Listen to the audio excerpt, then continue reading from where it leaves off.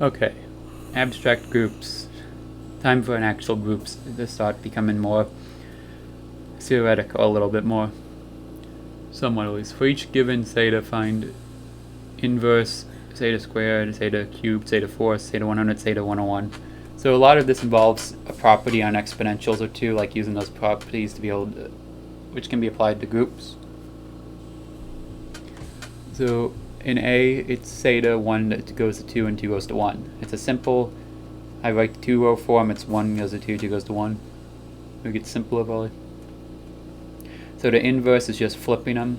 So it's 2 goes to 1, 1 goes to 2, and then you reorganize them and it's 1 goes to 2, 2 goes to 1. Same as theta. So theta and theta inverse are the same. Theta squared is theta times theta, which is equal to theta inverse times theta, which is equal to epsilon, which is the identity. 1 goes to 1, 2 goes to 2. Similarly, we do this over and over again with all these. Theta cubed equals theta squared times theta, which is equal to epsilon times theta, which is equal to theta. Because we know theta squared is epsilon. Since theta to the fourth can be split into theta squared times theta squared, which is equal to epsilon times epsilon, which is equal to epsilon, which is identity. As you can see, this becomes a pattern now. Theta 100 power is equal to theta squared to the 50th power, which is equal to epsilon, the identity to the 50th, which is equal to identity epsilon. Theta 101 power equals theta 100 times theta, which you already know is epsilon times theta, so it's theta. So it's alternating. So theta is it's either theta or identity is basically the answers that are listed here in summary. Identity, of course, is 1 to 1. 1 goes to 1, 2 goes to 2. Okay. Now B is the same type of problem, except we have 3 columns, so it's a little bit more tricky.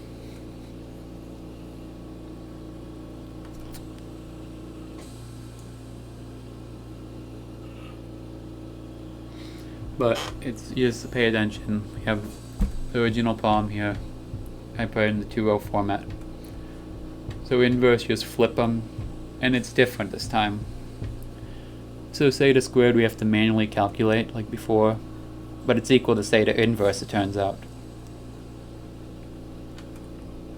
Which is why we always put that in standard in that format with the columns. The theta cubed is theta squared times theta, so it's theta inverse times theta, so it's equal to identity. 1 goes to 1, 2 goes to 2, 3 goes to 3. Since theta to the fourth is theta cubed times theta, so it's identity times theta, so it's theta. Theta to 100 is theta to the 99 power times theta, which is theta to 3 times 33.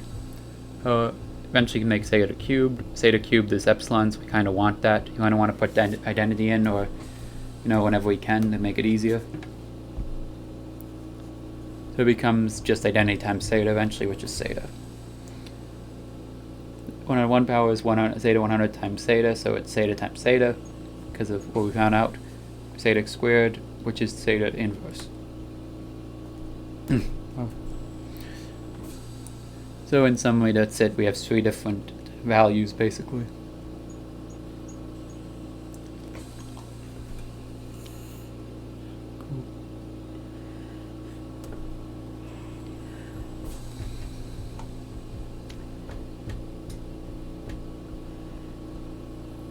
Oh yeah, that's how that works. You can just look at it slowly. And then C is 4 columns. And the same process as before. You just have to, obviously the identity, if you have an identity you can get into these higher powers, you easily do it like that.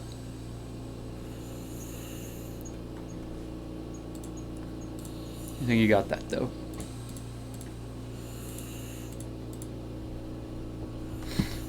But I think you get this though, at this point. So that's it for the first problems.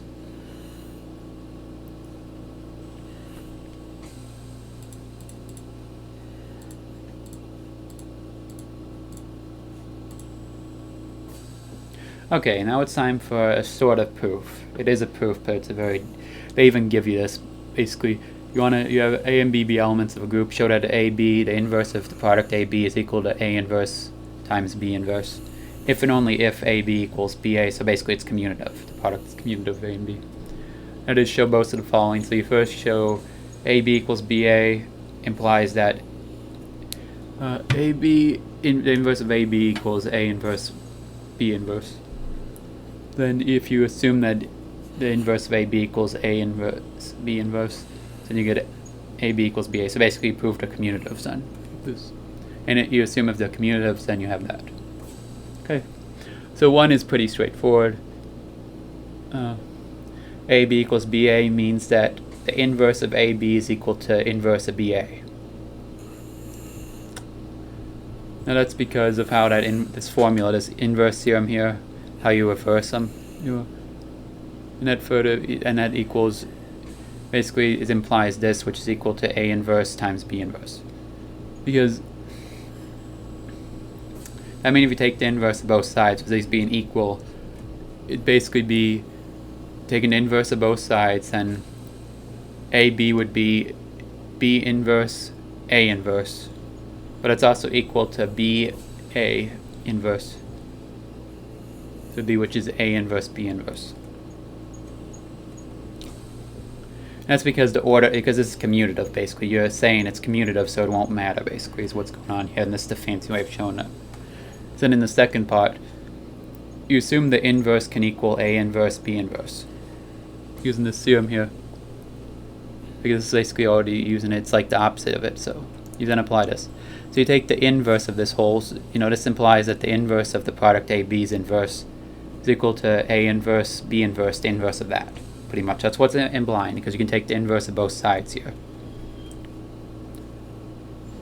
And then this means that AB equals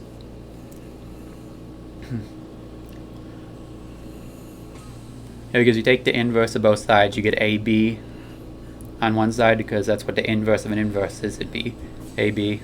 You can think of it as exponentials, -1 times -1 basically equals 1. And it's the inverse of this. Which, when you take the inverse of a product, you reverse the order and do it. So it's B inverse inverse times A inverse inverse product. From that formula, the product inverse, which is equal to B times A.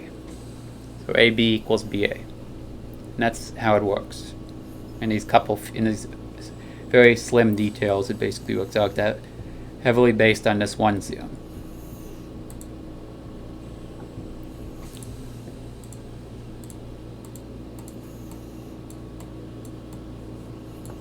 Okay, now let's do another problem.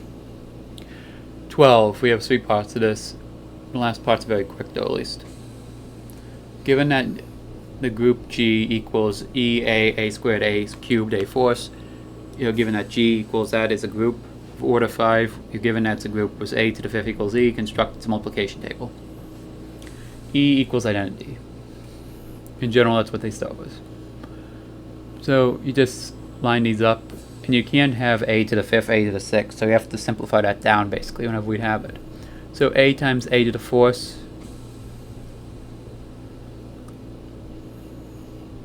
where does it come up first?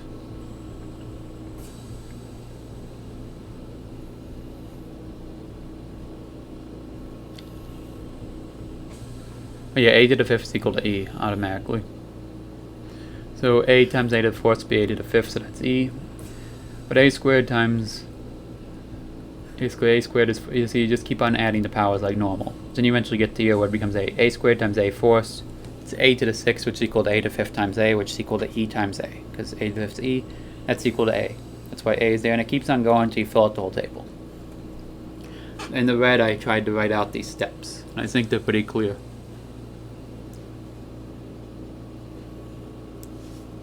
Especially in the early ones, like you have A to the 6th power when you multiply A cubed times A cubed. Here. Now I want A cubed times A to the 4th, because that's the new one. A to the 7th. So A to the 5th times A squared equals E times A squared, which is equal to A squared. That's basically the gist of it for all of these. And you can't. And you basically arrange these like Sudoku as well, kind of, in a way. You don't have to do that, but you assume it's a group anyway. And that's how you know this works, because it is a group by default, so this is how its multiplication works.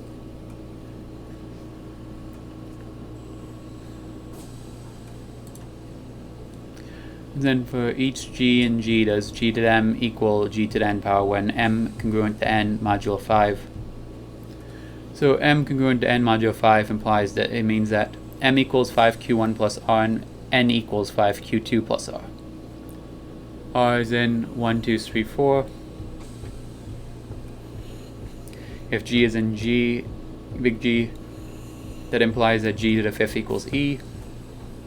We're going to see similar stuff to this for a while, so just hang on.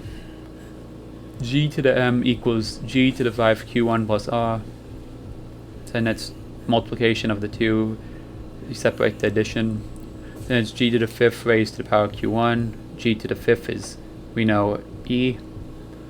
So e to the q1, eventually you get e. You basically get g ons and gr for the other one, g to the n power by the same process shown here. So g to the m equals g to the n equals g to the r, so answer is yes. G to the m equals g to the n, and they're both equal to g to the r in this case, when you have m congruent to n modulo 5.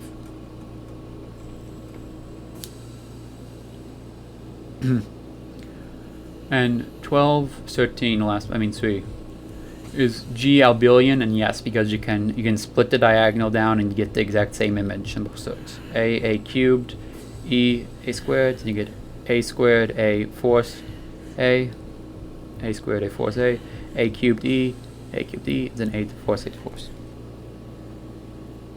Tried to highlight that. Yeah, g is abelian.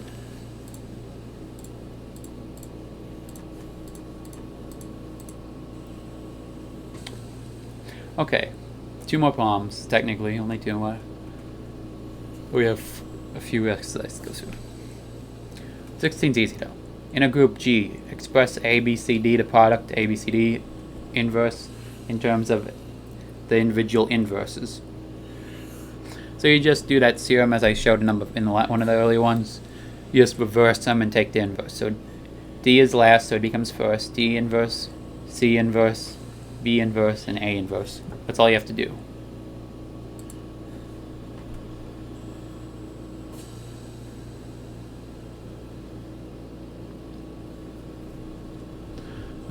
Let A be in a group G. Let S be the smallest positive integer such that A to the 5th equals E, and let H equals A to the N such that you can do a full line or you can do 2 dots. I think it doesn't matter. The book sometimes has it like that, but some people might write it with just a line. But it's such that N is in Z. Pretty sure that's it. If N is an integer, does A to the N equal A to the R, where R is the remainder in the division of N by S? Okay, basic division algorithm. N equals S times Q, the quotient, plus R. And 0 is less than or equal to R, which is less than S. So, and you can also write that R is included in it has a set 0 to S minus 1 technically if you really want to. What point is that it has to be less than S. It has to be integer less than it. It has to be at least 0. We're doing just general division. We want to show that A to the n power equals A to the R, and this is very similar to before. A simplified version of the last one, no, because we just do one. So A to the SQ plus R is what A to the n is equal to. Want to prove that A to the n equals A to the R. So you just keep on going along until you get to eventually E times A to the R, which is equal to A to the R power. So AN equals AR. Okay? Then we have 2 more parts we really have to solve, because the last part we're not going to even bother with a proof. We just, technically none of these they ask you say, is it this, is it that? Try to show proofs, but last one we'll just ignore. But no.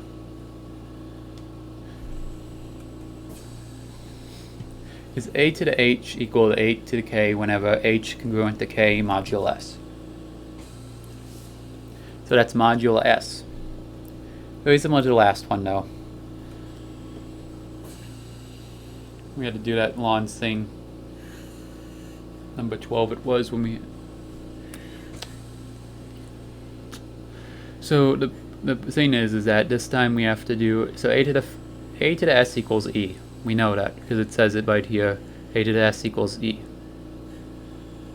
That's why A to the SQ, you eventually get that. Same concept, but we have just the modular, so we have two different things. H equals SQ1 plus R, and K equals SQ2 plus R. And R is included in 0, 1, S negative, S minus 1, basically. It can be anywhere in that.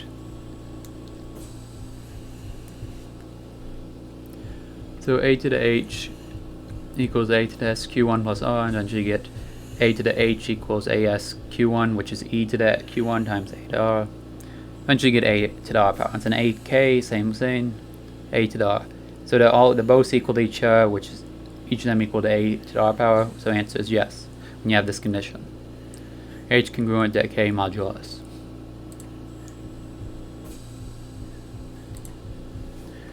And now this one, does H equal, so we do double inclusion here. We have to do two parts for it. Does H equal E A squared dot dot dot A to the S minus 1? Double inclusion of the two sets. First part is obvious, the almost trivial one, you just have to quickly state it. You show that and basically it's A to the 0, A to the 1, A 2, A to the S minus 1. So it shows, you're showing that this set is included in H, the easier part. So just A to the N power, N is in Z.